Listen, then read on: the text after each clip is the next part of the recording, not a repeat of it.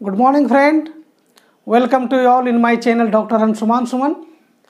आशा करते हैं आप लोग सभी स्वस्थ और अच्छे होंगे और अपने लक्ष्य के प्रति एकाग्र होंगे। मित्रों, आज आप लोग के सामने एक बहुत ही महत्वपूर्ण टॉपिक्स लेकर आया हूं। कमिटेड टू मेंस ये जरूर है, लेकिन बताने के क्रम में बहुत सारे तथ्य आपके सामने रखे जाएंगे जो कि विभिन्न प्रकार के प्रतियोगिता परीक्षा प्री के लिए भी बहुत ही महत्वपूर्ण होगा। तो हम यहाँ यूँ कहें कि ये मेंस और प्री दोनों को एक प्रकार से समाहित कर दिया गया है एक जगह। आपको फैक्ट के साथ कंसेप्ट दोनों मिलेंगे। और जो आज प्रश्न है मित्रों, जिसके बारे में हम लोग आज चर्चा करेंगे, हम वो चर्चा करने वाले हैं सिंधु सभ्यता की विशेषता। अब हम मेंस के बारे में यदि बात करें तो यहाँ 4 प्रकार से प्रश्न पूछे जा सकते हैं आपको। एक तो सीधा प्रश्न पूछे जाएंगे, सिंधु घाटी सभ्यता की विशेषता बताएं। तो ये इस लाइन को आप लोग देख लीजिए, जितने टॉपिक्स हैं इसको आपको डिफाइन करना होगा। तो आपको बैलेंस करके डिफाइन करना होगा, ठीक है। बैलेंस करके डिफाइन करना है कि 5 to 6 पेजेज में कंटेंट के साथ लॉजिकल वे में कोहेरेंस के साथ किस प्रकार से हम लिखेंगे, लेकिन इस पॉइंट को कवर करना है। अगर ये क्वेश्चन रहे सिंधु घाटी सभ्यता की विशेषताएं तब, लेकिन जिस प्रकार से आज ट्रेंड चेंज हो रहा है, किसी एक ही चीज़ पर आपको फोकस कर दिया जाएगा। जैसे कि पिछली वीडियो में मैंने बताया था, सिंधु घाटी सभ्यता के भवन निर्माण एवं विकास, नगर विकास की प्रासंगिकता क्या है और उस पर चर्चा करें। तो उसी प्रकार से आज ऐसा भी क्वेश्चन पूछा जा सकता है आपसे कि अगर पूछा जा सकता है सिंधु घाटी सभ्यता का राजनीतिक स्वरूप, सामाजिक स्वरूप, 2 ही चीज़ को बताइए, या सामाजिक आर्थिक, या आर्थिक धार्मिक, या धार्मिक वाणिज्य, किसी 2 को मर्ज कर सकता है, या तो किसी एक को भी पूछा जा सकता है। तो मित्रों, आपकी सुविधा के लिए मैं आज जिस टॉपिक्स को मैं कवर कर रहा हूँ, इसमें मैं एकरूपता को कवर करूँगा। विशेषता में अगर देखा जाए तो सबसे पहली विशेषता जो है एकरूपता है। वो कोई भी विशेषता पूछा जाए तो इसको आप समाहित कर सकते हैं भूमिका में और उसके अगले पैरा में। अगर सामाजिक विशेषता और आर्थिक व्यवस्था दो ही पूछा जाए तो जरूरी नहीं है कि राजनीतिक स्वरूप और धार्मिक विवेचना, मोहर बाट, वाणिज्य इत्यादि लिखने की जरूरत नहीं है।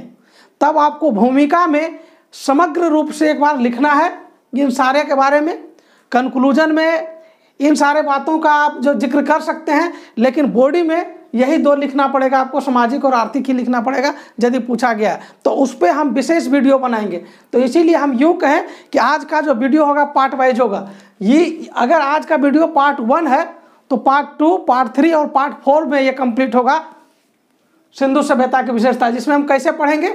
आज जितना टॉपिक्स हम पढ़ रहे हैं, जैसे कि एकरूपता पढ़ रहे हैं, भौतिक व्यवस्था पढ़ रहे हैं, आज राजनीतिक व्यवस्था पढ़ रहे हैं, ठीक है, मोहर और बाट पढ़ रहे हैं, वाणिज्य व्यापार पढ़ रहे हैं, तो आपके पास बच जाता है कौन, सामाजिक, आर्थिक और धार्मिक। इस तीनों को एकदम बिल्कुल अलग अलग वीडियो में पढ़ेंगे, क्योंकि प्रश्न डायरेक्ट वहाँ से पूछे जा सकते हैं कि आर्थिक व्यवस्था ही बताइए, क्योंकि ट्रेंड चेंज हो रहा है। तो कितना एनालिसिस आप उस व्यवस्था सिर्फ मात्र उस पर आप कर सकते हैं, वो आपको जज करना चाहता है। तो उसी के हिसाब से आपको बताएंगे भी, ताकि आपको कोई असुविधा ना हो। और अगर विस्तृत आपको अगर हम बताए हैं और अगर सीधा क्वेश्चन सिर्फ यही रहे सिंधु सभ्यता की विशेषता, तो आप जो है स्वयं समझ सकते हैं किस प्रकार से इन सारे तथ्यों को लिखने के बाद उसको भी समाहित करना है वो आंसर के अधीन, ठीक है। तो आप लोग समझ गए होंगे कि प्रश्न की प्रकृति के आधार पर जो है जवाब देना है। और कोई भी मेंस का अगर आप प्रश्न को अटेम्प्ट कर रहे हैं तो मेरे अनुसार से बेहतर यही होता है कि आप पहले पॉइंट को डिनोट कर लें, क्योंकि इन बिटवीन लिखने के क्रम में कभी पॉइंट अगर आप भूल जाते हैं तो वो मेमोराइज करना बहुत मुश्किल हो जाता है। तो इस प्रकार से आप पॉइंट्स लिख लीजिए। अगर सिंधु घाटी सभ्यता की अगर विशेषता पूछा गया तो पॉइंट लिख लीजिए, उसको आप डिस्क्राइब करते रहिए पॉइंट दे के, तो आपको जो है सीरीज और कोहेरेंस भी मिलेगा और आप जो है अंदर से बूस्टअप भी फील करेंगे। तो चलिए मित्रों, आज हम लोग देखें, हम सिंधु सभ्यता की विशेषता के कुछ प्रमुख पॉइंट्स, जैसे कि एकरूपता, भौतिक विशेषता, मोहर बाट एवं वाणिज्य एवं व्यापार पर आज हम चर्चा करेंगे। और रिमेनिंग जो है उसको अलग अलग पार्ट में देखेंगे, क्योंकि वो काफ़ी महत्वपूर्ण है, ठीक है। चलिए देखते हैं कि एकरूपता, सिंधु घाटी सभ्यता का जो प्रमुख विशेषता अगर कहा जाए तो उसकी जो है एकरूपता में है। एकरूपता क्या है? एक रूपता मतलब एक ही जैसा चीज़ें हर जगह पाया जाना। सिंधु सभ्यता में फैले हुए जितने नगर थे वहाँ पे एक ही प्रकार के चीज़ों का पाया जाना एक रूपता कहलाता है। जैसे पूरे सिंधु सभ्यता में अगर लिपि की बात करें तो एक ही प्रकार का लिपि था। बाट का अगर बात करें जिससे हम लोग मापते हैं, वो भी पूरी सिंधु सभ्यता के सभी नगरों में बाट एक जैसा था, मुहर भी एक जैसा था, तराजू भी एक जैसा था, तांबे एवं कांसे के जो बर्तन थे वो भी लगभग एक जैसे ही थे, और उसके जो औजार थे वो भी एक जैसे ही थे। ठीक है। अच्छा, ईंट जो सबसे स्पेशल है सिंधु घाटी सभ्यता का, एक प्रकार से कहिए कि विशेष है ईंट, जो कि मेसोपोटामिया की सभ्यता से भी इसको अलग करता है, क्योंकि मेसोपोटामिया इत्यादि की सभ्यता में कच्ची ईंट का प्रयोग हुआ है, वहीं सिंधु घाटी सभ्यता में पक्की ईंट का प्रयोग हुआ है। तो ये सब इसकी विशेषता है। ईंट का साइज जो है कुछ एक जगह को छोड़ करके जहाँ बकराकार ईंट इत्यादि मिल गए हैं उसको अगर छोड़ दिया जाए, उसको बाद में रख लिया जाए, तो पूरी सिंधु सभ्यता के लगभग सभी नगरों में एक जैसा ईंट मिला है, और उसका माप भी था 4:2:1। ये प्री का भी क्वेश्चन बनता है, पूछा गया है। ठीक है, याद रखना है इसको। अगर ये पूछे कि सिंधु सभ्यता का मेसोपोटामिया सभ्यता से ईंटों का अगर समानता निकालना पड़े तो वहाँ कच्ची ईंट था, यहाँ पक्की ईंट था। ठीक है। मनके एवं चूड़ियाँ इत्यादि ये भी क्या थे, एक जैसे ही थे पूरी सभ्यता में। बर्तन जो था अधिकतर गुलाबी बर्तन हुआ करता था पूरे सभ्यता में। हालांकि मिट्टी के जो बर्तन थे वो लाल रंग के होते थे और काले रंग से उस पर चित्र बनाया जाता था, पेड़, पौधा, मानव या ज्यामिति इत्यादि का पौधा बनता था यहाँ पे। ठीक है मित्रों, तो इसमें सॉरी मानव का बर्तन पर नहीं बनता था, पशु, पक्षी, पेड़ और ज्यामितीय आकृति का चित्र बनता था बर्तन पर। ठीक है। तो ये थी इसकी एक रूपता। यानी एक रूपता जो था सिंधु सभ्यता का एक विशेष स्थिति था, इसकी विशेषता को डिनोट करता है। आइए अगला पॉइंट हम लोग देखेंगे, इसकी भौतिक विशेषता। भौतिक विशेषता हम लोग जब नगर निर्माण और भवन विकास के बारे में पढ़े थे तो आप लोग देखे थे कि किस प्रकार से जो सिंधु सभ्यता का जो नगर निर्माण था या तो भवन विकास था वो अत्यंत ही सुदृढ़ व्यवस्था में थी, एक उन्नत अवस्था में था, और उसकी प्रासंगिकता आज भी है। तो यूँ कहें कि नगर निर्माण योजना काफ़ी सुनियोजित था इसका। सड़क और नालियों के बारे में हम लोग विस्तृत चर्चा पिछली वीडियो में किए हैं मित्रों, और जिस किसी ने भी उस वीडियो को नहीं देखे हैं कृपया उस वीडियो को देखिए, और भी आपको अच्छा लगेगा इस आगे की वीडियो को समझने के लिए। सड़क और नालियाँ बहुत ही व्यवस्थित था, वो बहुत ही विशेष था सिंधु घाटी सभ्यता का, जो आज भी प्रासंगिक है। आज भी आप देखते हैं मुहर इत्यादि का प्रयोग होता है, वहाँ भी मुहर का प्रयोग होता था। इसकी विशेषता है मनके श्रृंगार इत्यादि के लिए इस्तेमाल होता था। ठीक है। और आप लोग देखेंगे कि पत्थर की मूर्तियाँ, लघु मूर्तियाँ की जो तकनीक थी वो समकालीन जितनी सभ्यताएं थी, मेसोपोटामिया की सभ्यता इत्यादि जो सभ्यता थी, मिस्र की सभ्यता थी, समकालीन सभी सभ्यताओं से ज़्यादा अच्छा लघु मूर्ति तकनीक जो था सिंधु घाटी सभ्यता की थी। तो इस प्रकार से आप लोग देख लिए कि भौतिक विशेषता जो है इसकी बहुत ही औदित्य था। किसका? सिंधु घाटी सभ्यता का। तो हम लोग दो चीज़ अभी देख लिए हैं कि सिंधु घाटी सभ्यता में एक रूपता क्या था, एक ही जैसे सामानों का अनेक नगरों पर लगभग सभी नगरों में मिलना एक रूपता था। उस प्रकार से विशेष स्थिति में भौतिक ये नगर निर्माण हम लोग देखें, सड़क, मुहर इत्यादि विशेष स्थिति इसका था, जो कि भौतिक परिपक्वता को परिलक्षित करता था। ठीक है। आइए इसका राजनीतिक स्वरूप देखें मित्रों। जैसा कि आप लोग जानते हैं कि सिंधु घाटी सभ्यता एक आद्य ऐतिहासिक काल की सभ्यता है, जहाँ पे हम लोग अभी तक भी इसके लिपि को पढ़ नहीं पाए हैं। कोई भी साहित्यिक स्रोत हमारे पास नहीं है। तो जो कुछ भी हमारा अभी इतिहास हम लोग सिंधु घाटी सभ्यता के बारे में जानते हैं या पढ़ते हैं वह सब पुरातत्व पर निर्भर करता है, और इसीलिए किसी भी व्यवस्था को यह कहना कि यह सत्य है, बिल्कुल ही सत्य है, यह चरितार्थ उचित नहीं होगा। इसलिए आप जानेंगे कि जो राजनीतिक व्यवस्था था वो राजनीतिक व्यवस्था सिंधु घाटी सभ्यता की कैसी थी, उसकी प्रकृति क्या थी, हम बिल्कुल गारंटी के साथ नहीं कह सकते हैं, लेकिन जो हमें अवशेष प्राप्त हुए हैं, जो हमको साक्ष्य प्राप्त हुए हैं, उससे कई विद्वान अपने अपने तर्क के अनुसार से राजनीतिक व्यवस्था को इंटरप्रेट करने की, बताने की कोशिश किया है। अतः विद्वानों में मतभेद पाया गया है। तो अभी भी उसकी बात को देखें, जैसे कि मैके नामक विद्वान कहता है कि मोहनजोदड़ो में जो है प्रतिनिधि शासन चलता था। वहीं व्हीलर कहता है कि शासन जो है धर्मगुरु या पुरोहित के द्वारा होता था, यानी कि पुरोहित शासन करता था। जबकि पिगमट कहता है कि ये जो है धर्म प्रधान शासन था, धर्म के आधार पर शासन था, यानी थियोक्रेटिक स्टेट था, जिसकी 2 राजधानियाँ था, एक हड़प्पा और एक मोहनजोदड़ो। ठीक है। वहीं पे वाल्टर रूबेन और स्टुअर्ट बोलता है प्रशासन जो है गुलामों पर आधारित था। इस प्रकार से हम ये कहें कि राजनीतिक व्यवस्था का एक निश्चित लक्ष्य पर पहुंचना बहुत ही मुश्किल है, लेकिन तथ्यों और साक्ष्यों के आधार पर जिस प्रकार से विद्वानों ने व्याख्या किया है, उसको इसी रूप में हम देख सकते हैं।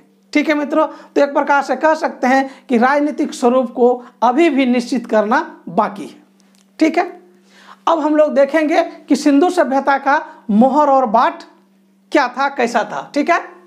तो देखिए, सिंधु सभ्यता में जो मोहर था, यह इसकी विशिष्ट उपलब्धि था, विशिष्टता को बताता था, एक विशेष स्थिति को बताता था कि सिंधु सभ्यता के लोग जो है परिपक्व थे, व्यापार को भली भांति समझते थे। ठीक है। तो आप देखिए, ये जो मुहर थे क्या किससे बना हुआ था? पत्थर के बने हुए थे, हाथी के दांत के बने हुए थे, धातु के बने थे, मिट्टी के बने हुए थे। मित्रों, अगर मान लीजिए अगर यही चीज़ अगर आप लाइन में लिखेंगे मेंस में, तो वो नहीं दिखता है। तो चाहे तो आप इसको इस प्रकार से लिख सकते थे। आप एक डायग्राम बनाइए, इधर आप मिट्टी लिख सकते थे, ठीक है, इधर आप लिख सकते थे धातु, और इधर लिख सकते थे हाथी दांत, ठीक है, और आप इधर लिख सकते थे पत्थर। इससे क्या होगा, आप जल्दी भी लिख पाएंगे और एग्जामिनर आपके चीज़ों को समझ भी पाएगा, और इससे आपका जो है राइटिंग स्किल भी अच्छा दिखेगा और मार्क्स भी अच्छा मिलेंगे।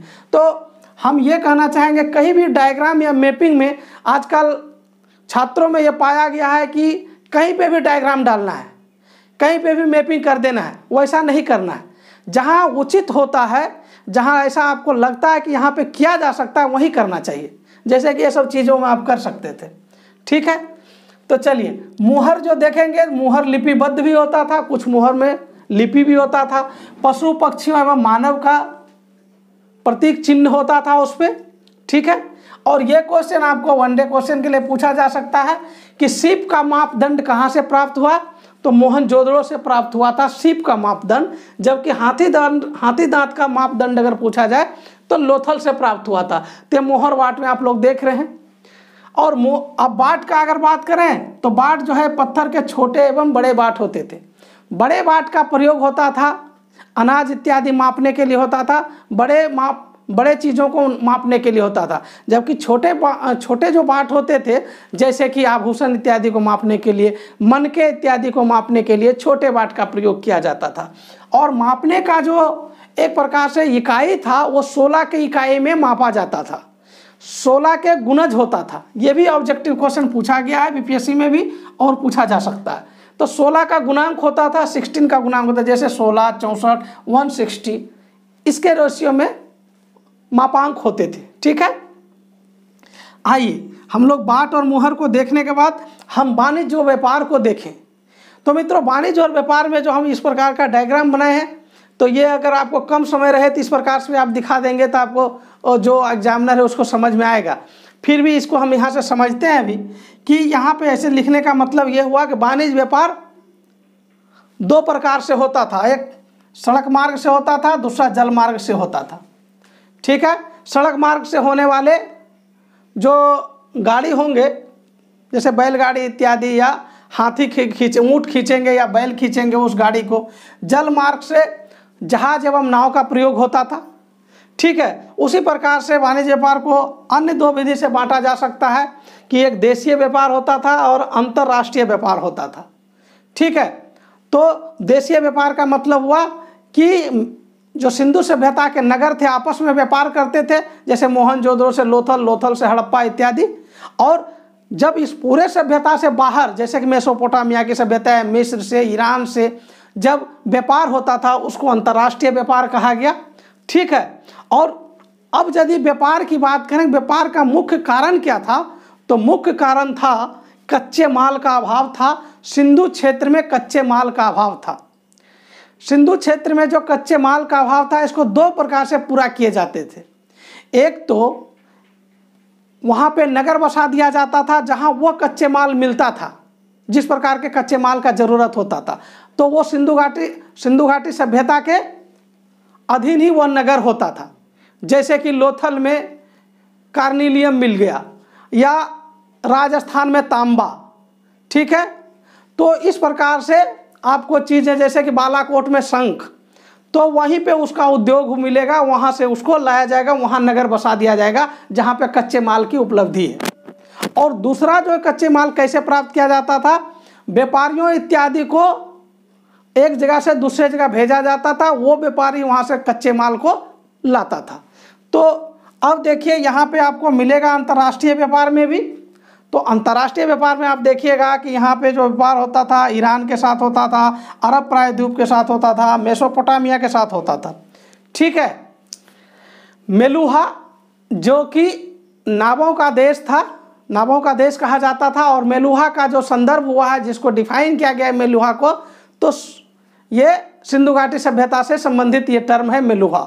ठीक है। जो मेलुहा का जो व्यापार होता था सुमेर के साथ, तो उसके बीच में दो बंदरगाह का जिक्र आता है।